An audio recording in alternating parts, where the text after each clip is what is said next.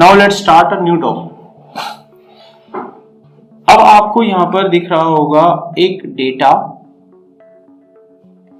जो कि टेबल है हमारी टीचर, और जब हमने टेबल का रिकॉर्ड सिलेक्ट किया तो ये रिकॉर्ड इसने हमें दिखाया और इसमें बहुत सारी डुप्लीकेसी आ गई।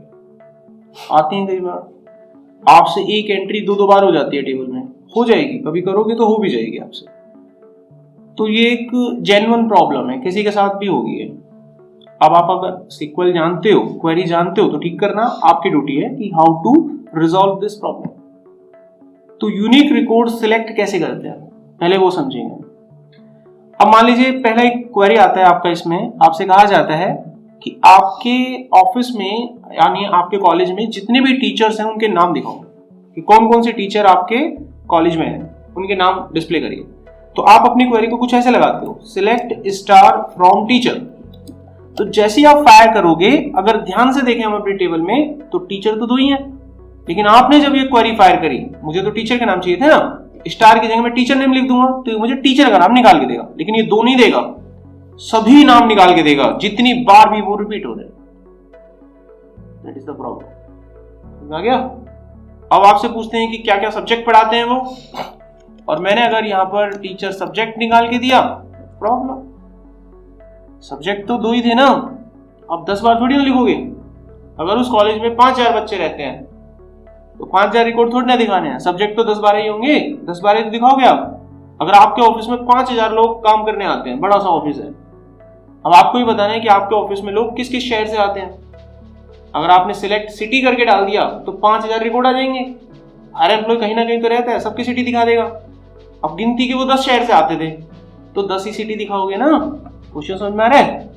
तो ये प्रॉब्लम बन जाती है हमारे सामने। अब इस प्रॉब्लम को कैसे दूर करें भाई? इसके लिए हमारे पास एक कीवर्ड होगा। अब देखो उस कीवर्ड का नाम क्या है,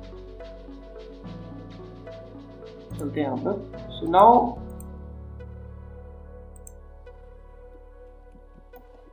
अब हम यहां पर पढ़ेंगे अपना न्यू टॉपिक जिसका नाम है डिस्टिंक्ट। तो जो डिस्टिंक्ट कीवर्ड होता है, इसका इस्तेमाल किया जाता है टेबल में से यूनिक रिकॉर्ड पिक करने के लिए। अगर आपको टेबल में से यूनिक रिकॉर्ड पिक करने हैं तो आप ये स्टेटमेंट यूज करते हो, use to get the unique record. Unique record मतलब जिसमें डुप्लीकेसी ना हो, तब हम इसे यूज करते हैं। और ये जो डिस्टिंक्ट नाम का कीवर्ड होता है, it always run with the select statement. किसी दूसरी स्टेटमेंट के साथ इसे रन मत करना, उनके साथ रन नहीं होता है, केवल किसके साथ चलता है? सिलेक्ट के साथ चलता है। It always run with select statement. चलिए निकाल के देखते हैं। अगर मुझे टीचर के नाम निकालने थे और वो भी यूनिक, तो निकले नहीं। अब हम क्या करते हैं, यहां पर लिखते हैं डिस्टिंक्ट और इसमें लिख देता हूं टीचर का नाम। ठीक है? अब टीचर का कोई भी नाम रिपीट नहीं करेगा। ये देखिए, अभी देखिए ये टेबल है आपके पास, और इस टेबल में से सिर्फ यूनिक रिकॉर्ड निकालने हैं आपको। जो टेबल में रिकॉर्ड रिपीट हो रहे हैं वो हमें नहीं निकालने। तो आप यहां पर लगा सकते हैं डिस्टिंक्ट। अब कोई भी एंट्री जो रिपीट हो रही है वो आपको दिखेगी ही नहीं। अब ये रिपीट नहीं है एंट्री, क्यों नहीं है? एज अलग है। देखो एक्सेल जावा ये अलग है ना, देखो बात समझ में आ गई? रिपीट का मतलब पूरे रिकॉर्ड, क्योंकि मैंने स्टार पे लगाया है। स्टार का मतलब complete record. Complete record repeat नहीं है। अगर मैंने सब्जेक्ट पे लगाया होता तो केवल जावा और एक्सेल दिखाता, कंप्लीट रिकॉर्ड पे लगाया। यानी कि ये जो टीचर है ये 2 सब्जेक्ट पढ़ाता है, एक्सेल जावा, कोई दिक्कत नहीं है, पूरी एंट्री रिपीट नहीं हो रही है आपकी। इस तरीके से हम डिस्टिंक्ट कीवर्ड का यूज करते हैं। अब सबसे एक सवाल यहां पर जो निकल के आता है कि जब आप ये कमांड फायर करते हो तो क्या रियल में आपकी टेबल से डुप्लीकेसी खत्म हुई? तो उसका उत्तर है नो। आपकी टेबल में अभी भी डुप्लीकेसी तो मौजूद ही है। आप तो केवल सिलेक्ट करके क्लाइंट को दे रही हो यूनिक रिकॉर्ड, डुप्लीकेसी नहीं हटी है। यूनिक रिकॉर्ड 4 हैं, लेकिन आपकी टेबल में आज भी वो रिकॉर्ड 9 के आसपास। अब सवाल खड़ा होता है, ये 8-9 रिकॉर्ड जो यहाँ पर हैं इनको कैसे ठीक करें? यहाँ पर अब मैं एक क्वेरी आपको बताऊंगा जिसकी हेल्प से इस काम को किया जा सकता है। तो क्वेश्चन रहेगा हमारा, how to remove duplicacy from the table. तो हम उसके लिए कमांड लिखते हैं यहां पर क्रिएट टेबल।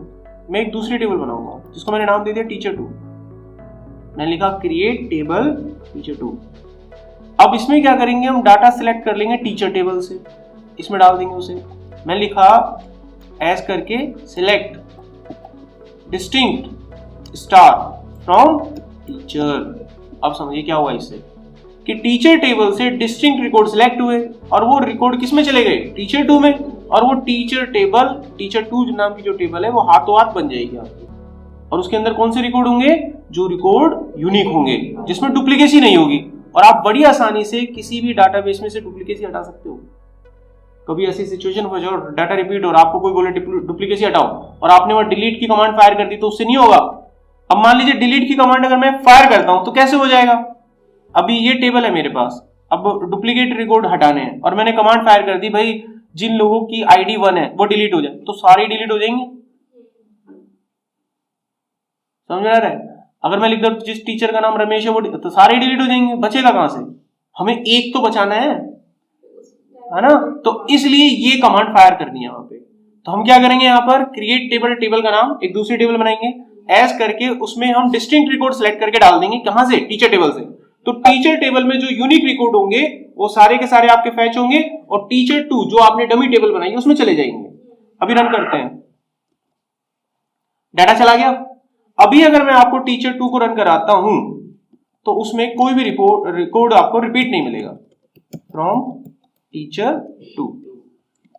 तो इसमें कोई रिकॉर्ड रिपीट नहीं है। लेकिन हमें असली काम टीचर पे करना था, ये तो डुप्लीकेट टेबल बन गई है। तो अब इससे छुटकारा कैसे करना है, आपको क्या करना है कि जो टीचर नाम की टेबल है उसको ड्रॉप कर दो और जो टीचर 2 नाम की टेबल है इसका नाम बदल दो, रीनेम टेबल टीचर 2।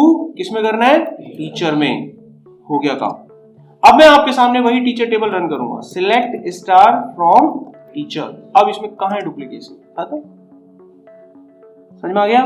तो दी हुई टेबल में से कभी भी कोई डुप्लीकेसी हटाने का क्वेश्चन आता है, you can go through that और 3 स्टेप में आप इसे पूरा कर सकते हैं। ठीक है, ये टॉपिक कवर होता है आप